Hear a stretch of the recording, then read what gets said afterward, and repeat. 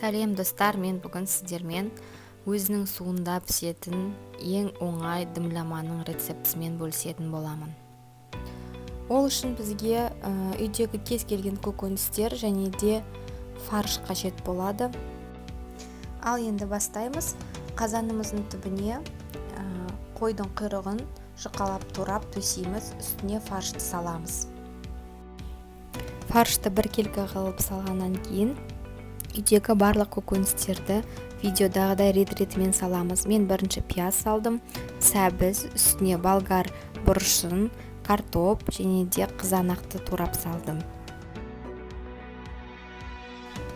Көкөністерді салып болғаннан кейін үстін капустаның 1/3 бөлігін алып, бетін жаптым.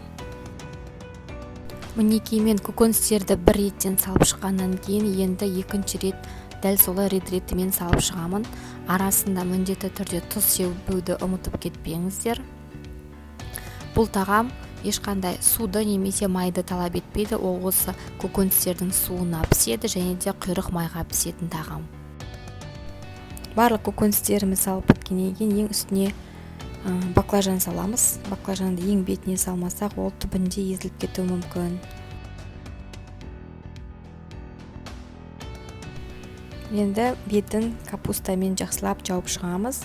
Крышкамен жабамыз. Қазанның крышкасы толық және де жақсы жабылуы қажет. Енді қазанымызды орташа отта 45 минутта пісіріп аламыз.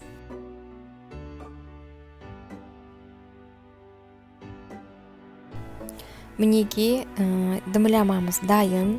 Дымлама өте сулы және дәмді болып шығады, және де фаршымыз жұмсақ болып піседі. Кез келген үлкен кісілерге де жастарға да ұсыналатын оңай тамақ. Әсіресе жаздың күні витаминге толы тағамның бірі болып саналады. Міндетті түрде жасап көріңіздер. Видеоны соңына дейін қарағандарыңызға үлкен рахмет. Менің каналыма тіркелуді ұмытпаңыздар.